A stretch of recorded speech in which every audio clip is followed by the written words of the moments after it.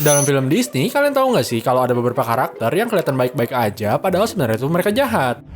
Nah, kali ini kita mau ngebahas teori konspirasi soal karakter-karakter lugu Disney yang sebenarnya itu sangat jahat. Langsung aja yuk. Woody.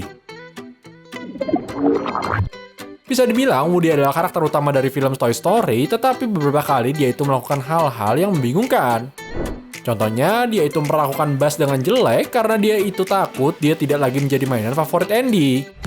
Terus ada lagi nih, kalian inget gak kalau si Woody tuh pernah ngebantuin mainan Sid yang diperlakukan dengan gak baik karena bagian tubuhnya itu pada gak bener?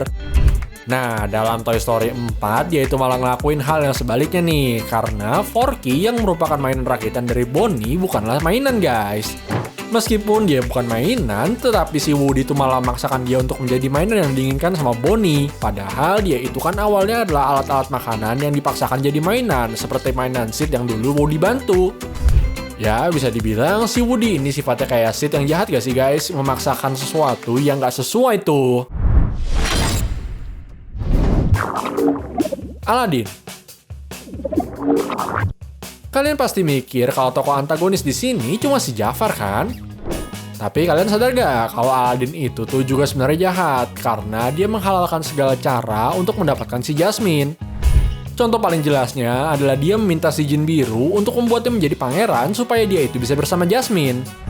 Soalnya si Jasmine itu pasti gak bakalan mau tuh sama Aladdin yang masih jadi pencuri dan bisa diasumsikan kalau dia itu rela ngelakuin apapun sampai ngebohong untuk ngedapetin si Jasmine.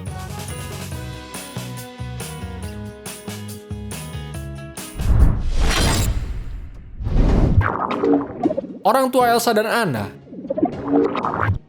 Dalam film Frozen, kita semua pasti setuju kalau tokoh antagonisnya itu adalah si Hans kan? Cuma kalian pada tahu nggak guys, kalau Elsa itu jadi takut sama dirinya sendiri karena ada campur tangan orang tuanya. Soalnya mereka itu bukan yang ngajarin Elsa cara mengendalikan kekuatannya, malahan dihapus ingatannya dan dia itu malah menjadi merasa kalau kekuatannya itu adalah kecacatan.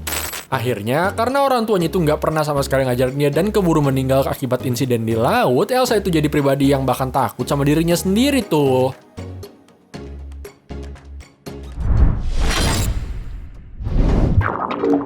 Penyihir. Hubungan The Beast dan Belle emang dimulai dari insiden ayah Belle yang ditangkap dan dia itu menawarkan dirinya sendiri sebagai gantinya. Dalam film ini, mungkin kalian hanya berpikir kalau tokoh antagonisnya itu adalah si Gaston yang emang si jahat banget. Cuma kalian pada sadar nggak kalau si ibu penyihir yang menyihir pangeran akibat sifat egois dan kejamnya itu sebenarnya adalah orang yang jahat juga.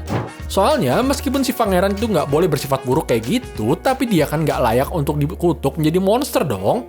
Apalagi para petugas kerajaan dia juga ikut-ikutan dihukum. Kasian kan tuh, padahal mereka kan cuma kerja.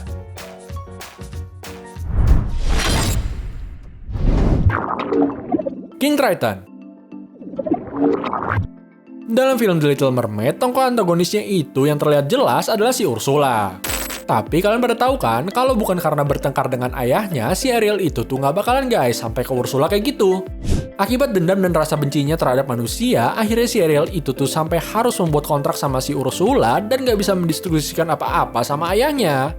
Bahkan si King Triton itu tuh meminta Ariel untuk mengubah perasaannya dan berakhir dengan perbuatan nekat dia yang mengorbankan suaranya tuh. Meskipun kelihatannya baik untuk jagain anaknya, tapi rasa bencinya yang berlebihan itu tuh nyebabin anaknya sendiri terjatuh ke dalam lubang kesalahan gak sih guys?